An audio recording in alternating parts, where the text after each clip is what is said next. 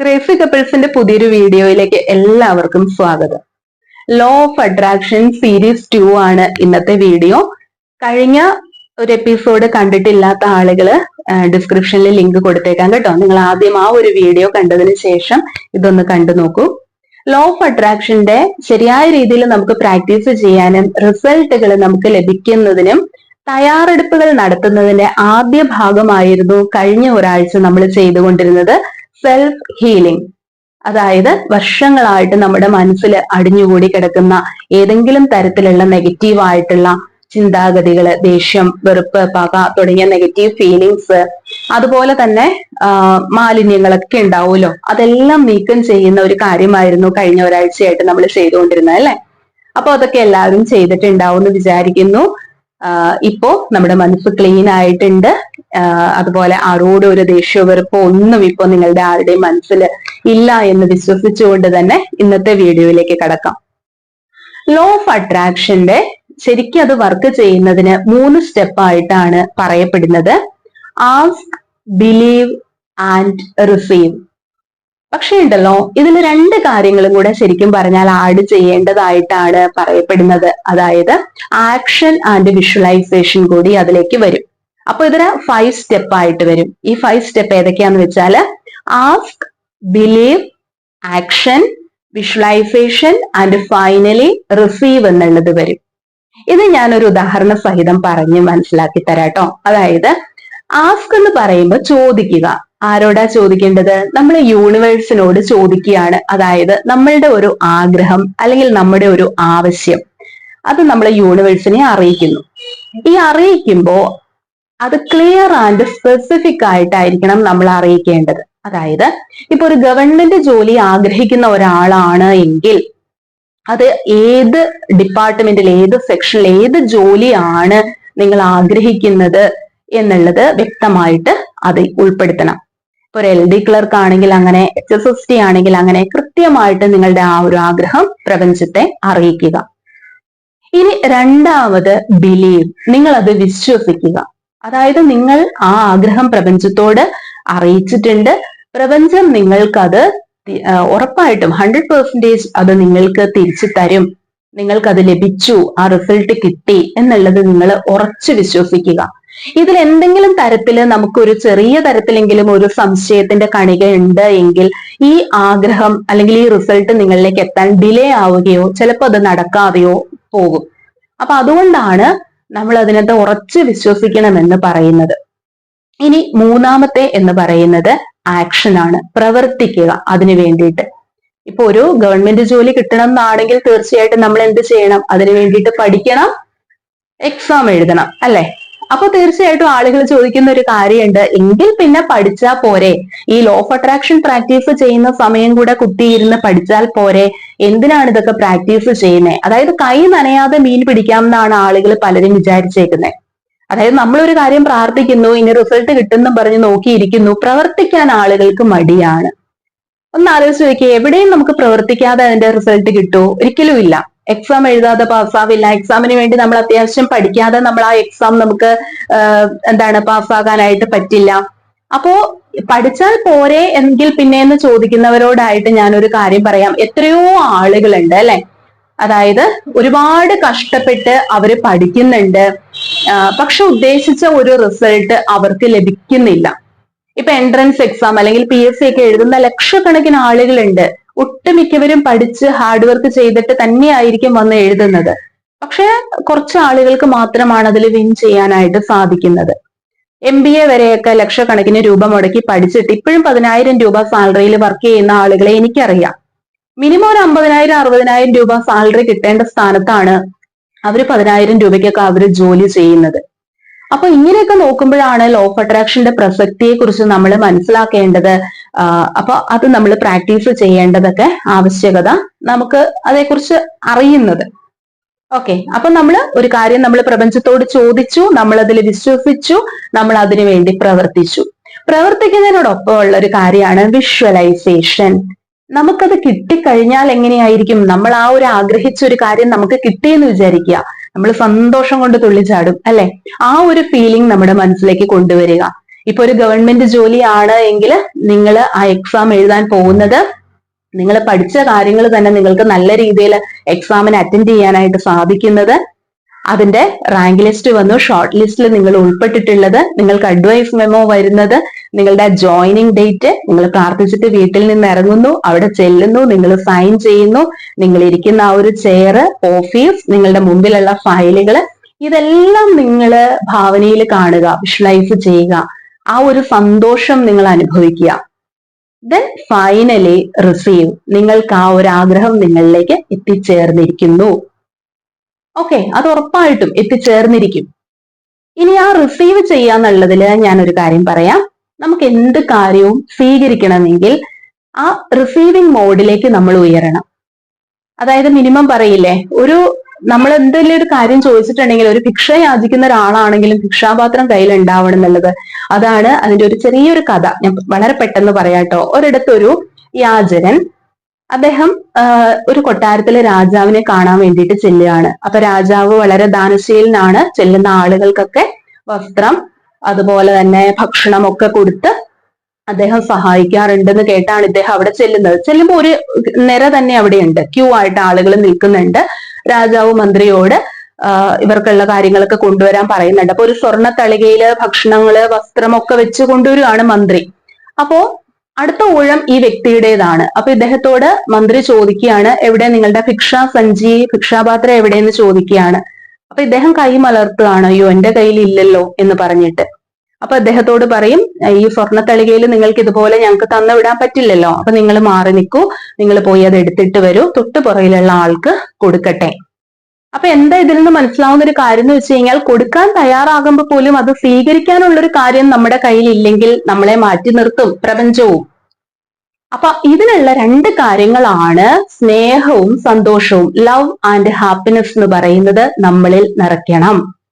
ഈ love and happiness എന്ന് പറയുമ്പോൾ ഞാൻ ഉൾപ്പെടെ നമ്മളിൽ പലരും തെറ്റിദ്ധരിച്ചു വെച്ചിരിക്കുന്ന ഒരു കാര്യമുണ്ട്. ഇത് നമ്മൾ ഉണ്ടാക്കിയെടുക്കുന്നതല്ലോ, ഇത് നമുക്ക് മറ്റുള്ളവരിൽ നിന്ന് കിട്ടേണ്ടതല്ലേ. നമ്മുടെ ചിന്താഗതി അങ്ങനെയാണ്. ഈ സ്നേഹം സന്തോഷം എന്നൊക്കെ പറയുന്നത് മറ്റൊരാൾ തരേണ്ടതാണ്.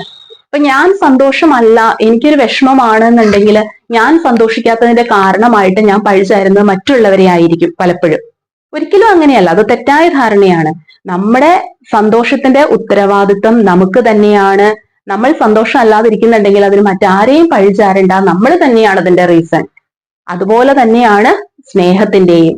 സ്വയം സ്നേഹിക്കുന്നതിലൂടെ, എപ്പോഴും സന്തോഷമായിരിക്കുന്നതിലൂടെ ആഗ്രഹങ്ങൾ നേടിയെടുക്കേണ്ടതിനെ കുറിച്ചുള്ള വീഡിയോസ് ഞാൻ ചെയ്തിട്ടുണ്ട്. സെൽഫ് ലവിനെ കുറിച്ചും ആഗ്രഹങ്ങൾ എങ്ങനെ സന്തോഷമായിരുന്നുകൊണ്ട് നേടിയെടുക്കാം എന്നുള്ളതിനെ സംബന്ധിച്ചും ഒക്കെ ചെയ്തിട്ടുണ്ട് കേട്ടോ. അപ്പൊ അതിന്റെ ലിങ്കും കൂടെ ഞാൻ ഡിസ്ക്രിപ്ഷനിൽ കൊടുക്കാം, നിങ്ങളൊന്ന് ചെക്ക് ചെയ്ത് നോക്കൂ. അപ്പോ ഈ ഒരു കാര്യത്തിലേക്ക് വരുമ്പോൾ ഇതാണ്, സ്നേഹവും സന്തോഷവും നമ്മൾ തന്നെ സൃഷ്ടിച്ചെടുക്കണം. സ്വയം സ്നേഹിക്കുന്നതിലൂടെ ആഗ്രഹങ്ങൾ എങ്ങനെയാണ് നേടിയെടുക്കാൻ പറ്റുക? അതിന് ഇത്രേ മാത്രമേ ഉള്ളൂ. നമ്മള് പ്രപഞ്ചത്തോട് ആവശ്യപ്പെട്ടിരിക്കുന്ന നമ്മുടെ ഒരു ആഗ്രഹം, അതെന്തു ആയിക്കോട്ടെ, ചിലപ്പോൾ ജോലി ആയിരിക്കാം, വീടായിരിക്കാം, വാഹനമായിരിക്കാം, വിവാഹം, വിദ്യാഭ്യാസം, അങ്ങനെയുള്ള കാര്യങ്ങൾ, ആരോഗ്യം, ഇതൊക്കെ ആയിരിക്കാം. ഇതിനെല്ലാം ഒരു ഹൈ വൈബ്രേഷണൽ ഫ്രീക്വൻസി ഉള്ള അല്ലെങ്കിൽ നല്ലൊരു എനർജി ഉള്ള കാര്യമാണ് ഇതെല്ലാം. അപ്പൊ തീർച്ചയായിട്ടും അതേ എനർജി ഉള്ളൊരു കാര്യം നമ്മളിലേക്ക് കിട്ടണമെങ്കിൽ നമ്മുടെ ശരീരത്തിൽ എന്ത് വേണം? അതിനനുസരിച്ചിട്ടുള്ള ഒരു നല്ല എനർജി, പോസിറ്റീവ് ആയിട്ടുള്ള ഹൈ വൈബ്രേഷൻ ഫ്രീക്വൻസി തലത്തിലേക്ക് നമ്മളും ഉയരണം. ഇപ്പോ നല്ല ഡോസ് ഉള്ള ഒരു ടാബ്ലറ്റ് നമ്മൾ കഴിക്കുകയാണ്. അപ്പൊ നമ്മൾ ഭക്ഷണമൊന്നും കഴിച്ചിട്ടില്ല, ഈ ഒരു ടാബ്ലറ്റ് കഴിക്കുമ്പോൾ എന്താ സംഭവിക്കുക? നമുക്ക് തലകറക്കം, ഛർദി, അല്ലെ, പെട്ടെന്ന് നമുക്ക് ക്ഷീണം തോന്നും. അപ്പൊ ഇതുപോലെയാണ് ഈ ആന്റിബയോട്ടിക് അല്ലെങ്കിൽ നല്ല ഡോസുള്ള മരുന്നൊക്കെ കഴിക്കുമ്പോൾ നമ്മൾ ഭക്ഷണം അതനുസരിച്ച് കഴിക്കണം എന്ന് പറയുന്നത് ആ ശരീരത്തെ താങ്ങി നിർത്താൻ വേണ്ടിയിട്ടാണ്. ഇതുപോലെ ഒരു ഹൈ വൈബ്രേഷൻ ഫ്രീക്വൻസി ഉള്ളത് നമ്മുടെ ശരീരത്തിലേക്ക് അല്ലെങ്കിൽ നമ്മളിലേക്ക് ലഭിക്കുമ്പോൾ നമുക്കും ഓട്ടോമാറ്റിക്കലി അതിനെ റെസ്പോണ്ട് ചെയ്യാൻ തക്കവണ്ണം നമ്മളും ഉയരണം എന്ന് പറയുന്നത്. ഇതുകൊണ്ടാണ് എപ്പോഴും സന്തോഷമായിരിക്കണം, നമ്മൾ സ്വയം സ്നേഹിക്കണം. ഈ സ്വയം സ്നേഹിക്കുമ്പോൾ ഉണ്ടല്ലോ, നമുക്ക് ചുറ്റുവട്ടത്തൊന്നും മറ്റുള്ളവരുടെ സ്നേഹമെല്ലാം ആകർഷിച്ചെടുക്കാൻ പറ്റുന്ന മാത്രമല്ല കേട്ടോ, നമ്മുടെ ഒരു സെൽഫ് എസ്റ്റീം, കോൺഫിഡൻസ് അവിടെ വർദ്ധിക്കുകയും ചെയ്യും. അങ്ങനെ ഒരു ഗുണം കൂടിയുണ്ട്. അപ്പൊ നിങ്ങൾ നിങ്ങളെ സ്നേഹിക്കുന്നുണ്ടോ? ഇതിപ്പോ ആരോട് ചോദിച്ചാലും പിന്നെ ഞാൻ എന്നെ സ്നേഹിക്കാറില്ല, പിന്നെ അല്ലാതെ പിന്നെ എനിക്ക് എന്നെ ഇഷ്ടമാണ് എന്നല്ലേ എല്ലാവരും പറയുള്ളൂ. നിങ്ങൾ നിങ്ങളെ സ്നേഹിക്കുന്നുണ്ടോ എന്ന് അറിയാൻ വേണ്ടിയിട്ടേ ഞാനൊരു 5 കാര്യങ്ങൾ നിങ്ങളോട് ചോദിക്കാം. ഇതിലൊരു 3 കാര്യങ്ങൾക്കെങ്കിലും നോ എന്നാണ് നിങ്ങളുടെ ആൻസർ എങ്കിൽ നിങ്ങൾ നിങ്ങളെ സ്നേഹിക്കുന്നില്ല, ഇനിയും ആ സെൽഫ് ലവ് ഡെവലപ്പ് ചെയ്യേണ്ടതിന്റെ ആവശ്യകതയുണ്ട് എന്നുള്ളതാണ് അതിന്റെ അർത്ഥം. അപ്പൊ ഞാൻ ആ 5 കാര്യങ്ങൾ ചോദിക്കട്ടെ. ഒന്നാമത്തെ കാര്യം ഇതാണ്: നിങ്ങള് 8 മണിക്കൂർ ഒരു ദിവസം ഉറങ്ങാറുണ്ടോ? Yes or no? നോ എന്നാണ് ആൻസർ എങ്കിൽ ഞാൻ പറഞ്ഞല്ലോ, ഇനിയും നമ്മൾ നമ്മളെ സ്നേഹിക്കണമെന്നേ. ഈ 8 മണിക്കൂർ കണ്ടിന്യൂസ് ഡീപ്പ് സ്ലീപ്പ് എന്നൊന്നും അല്ല ഞാൻ ഉദ്ദേശിക്കുന്നത്. 24 മണിക്കൂറിൽ ഒരു 8 മണിക്കൂറെങ്കിലും നമ്മുടെ ശരീരത്തിന് ഒരു റെസ്റ്റ് കൊടുക്കേണ്ടത് ആവശ്യമാണ്. അത് നമ്മളോട് തന്നെ നമ്മൾ ചെയ്യുന്ന ഒരു വലിയ കാര്യമാണ്. രണ്ടാമത്തെ എന്ന് പറഞ്ഞാൽ, ദിവസത്തിൽ ഒരു നേരമെങ്കിലും നിങ്ങൾക്ക് ഇഷ്ടമുള്ള ഭക്ഷണം നിങ്ങൾ കഴിക്കാറുണ്ടോ? ഇത് ചോദിക്കുമ്പോഴും എല്ലാവരും വിചാരിക്കും പിന്നെ ഞങ്ങൾക്ക് ഇഷ്ടമുള്ള ഭക്ഷണം അല്ലാതെ പിന്നെ എന്താ കഴിക്കുക എന്ന്. അങ്ങനെയല്ല ഞാൻ ഉദ്ദേശിച്ചത്. മിക്കവാറും വീട്ടമ്മമാരൊക്കെ ആണെങ്കിൽ അവര് ചെയ്യുന്ന ഒരു കാര്യം എന്താന്ന് വെച്ചാല്, ഇപ്പൊ ഉപ്പുമാവ് കഴിക്കാൻ ഇഷ്ടമുള്ളവര്, അല്ലെങ്കിൽ ഗോതമ്പ് പുട്ടോ അല്ലെങ്കിൽ ചീരത്തോരൻ, ഇങ്ങനെ എന്തെങ്കിലും what ever it may be, എന്തെങ്കിലും ആയിക്കോട്ടെ, ഇഷ്ടമുണ്ട്. പക്ഷെ വീട്ടിൽ വേറെ ആർക്കും ഇഷ്ടമല്ല, ഭർത്താവിനും മക്കൾക്കും ഒന്നും അത് ഇഷ്ടമല്ല. അപ്പൊ ഈ ഒരാൾക്ക് വേണ്ടിയിട്ട് തന്നെയായിട്ട് ഇതൊക്കെ ഭക്ഷണം പാചകം ചെയ്യുക എന്നൊക്കെ പറയണതിന്റെ ബുദ്ധിമുട്ടും കാര്യങ്ങളും മെനക്കേടും ഒക്കെ ഓർത്തിട്ട് വേണ്ട എന്ന് വെക്കും, ത്യാഗം സഹിക്കും അവര്. അങ്ങനെയൊക്കെ ത്യാഗം സഹിച്ച വീട്ടമ്മമാരും ഇന്നും അവര് ത്യാഗം സഹിച്ചുകൊണ്ട് തന്നെ ഇരിക്കുകയാണ്. അല്ലാതെ പ്രത്യേകിച്ച് ഒരു ലെവലിലേക്ക് അവർ ഉയർന്നിട്ടൊന്നുമില്ല. ഇതാണ് അതിന്റെ കാരണം എന്ന് പറയുന്നത്. അപ്പൊ നിങ്ങൾക്ക് ഇഷ്ടമുള്ളത് നിങ്ങള് തീർച്ചയായിട്ടും, നിങ്ങൾക്ക് ഇഷ്ടമുള്ള ഒരു ഭക്ഷണം ഒരു നേരമെങ്കിലും നിങ്ങൾ കഴിക്കണം. അത് നാളെ ആവട്ടെ മറ്റന്നാളാവട്ടെ എന്ന് വിചാരിച്ച് നമ്മൾ മാറ്റി വെക്കരുത്. ലിവ് ഇൻ പ്രസന്റ് എന്ന് പറയും. നമ്മൾ ഓരോ മൊമെന്റിലും നമ്മൾ ജീവിക്കുക, ഓരോ നിമിഷവും നമ്മൾ ആസ്വദിച്ച് ജീവിക്കുക. ഓക്കെ, ഇനി മൂന്നാമത്തെ ഒരു കാര്യമാണ്, മറ്റുള്ളവർക്ക് ഫീൽ ചെയ്യുമെന്ന് കരുതി നിങ്ങൾക്ക് സ്വയം ഇഷ്ടമില്ലാഞ്ഞിട്ട് പോലും നിങ്ങൾ അവര് പറയുന്നത് അനുസരിക്കുകയും അവരോട് നോ എന്ന് പറയുകയും ചെയ്യാറുണ്ടോ? നോ എന്ന് പറയാറുണ്ടോ? വളരെ ഇമ്പോർട്ടന്റ് ആയിട്ടുള്ള ഒരു കാര്യമാണ് ലേണിംഗ് ടു സേ നോ എന്നുള്ളത്. നമ്മൾ ഡെവലപ്പ് ചെയ്തുകൊണ്ടുവരേണ്ട ഒരു ശീലമാണ്. നമുക്ക് ചെയ്യാൻ പറ്റാത്തതായ കാര്യങ്ങള്, നമുക്ക് നമ്മൾ തന്നെ ഒരു സ്ട്രെസ് സ്ട്രെയിൻ അതിനകത്ത് അനുഭവിക്കുന്നു എന്നുണ്ടെങ്കിൽ നമ്മൾ നോ പറയേണ്ടടുത്ത് നോ തന്നെ പറയണം. യെസ് പോലെ തന്നെയുള്ളതാണ് നോ എന്നുള്ളത്.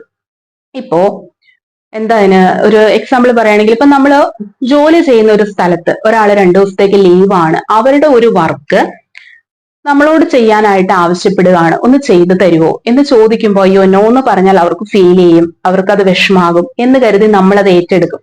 പക്ഷെ ഏറ്റെടുക്കുമ്പോൾ എന്ന് വെച്ച് കഴിഞ്ഞാൽ നമ്മുടെ വർക്കും ചെയ്യാൻ പറ്റില്ല, അതും പെൻഡിങ് ആകും. ഏറ്റെടുത്തിരിക്കുന്നതിന്റെ സ്ട്രെസ്സും സ്ട്രെയിനും എല്ലാം നമ്മൾ തന്നെ അനുഭവിക്കേണ്ടതായിട്ട് വരും. ഓക്കെ, അപ്പോ അത് നമ്മളോട് തന്നെ ചെയ്യുന്ന ഒരു ദ്രോഹമാണ്. അതുപോലെ തന്നെ ചില ആളുകൾ വന്ന് പൈസ ചോദിക്കുമ്പോഴൊക്കെ, കഴിഞ്ഞ വീഡിയോയിലൊക്കെ പറഞ്ഞു, നമ്മളെ പറ്റിക്കപ്പെടുന്നതായിട്ട്. അതായത് ഇത് തന്നെയാണ്. അങ്ങനെ ചോദിക്കുമ്പോൾ നമുക്കറിയാം ചിലപ്പോൾ അവരിൽ നിന്ന് തിരിച്ചു കിട്ടാൻ സാധ്യതയൊന്നുമില്ല. പക്ഷെ നോ എന്ന് പറഞ്ഞു കഴിഞ്ഞാൽ അവര് പിണങ്ങും.